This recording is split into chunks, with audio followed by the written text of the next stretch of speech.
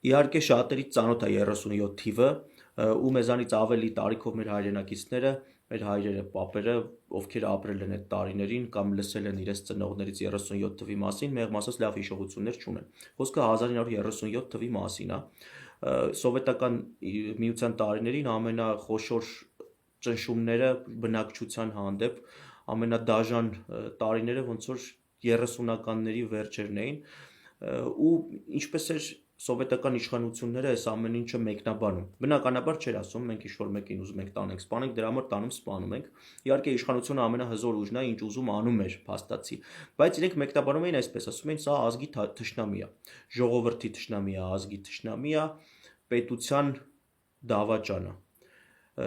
Ինչ է սա իրականում նշանակում։ Բնականաբար ժողովրդի թշնամի տերմինը ինքը աբսուրդ է, որովհետև ժողովրդի մեջ տարբեր տարրեր կան, ու չի կարա մի հոգի լինի ամբողջ ժողովրդի թշնամին, չի կարի պետության թշնամին, այն էլ սովետական միությունում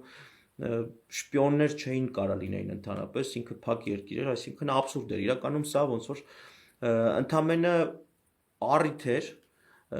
հորինած ինչ-որ ճակերտավոր, որ մարդկանց, որ կարողանային տանեին այդ բանի տակ,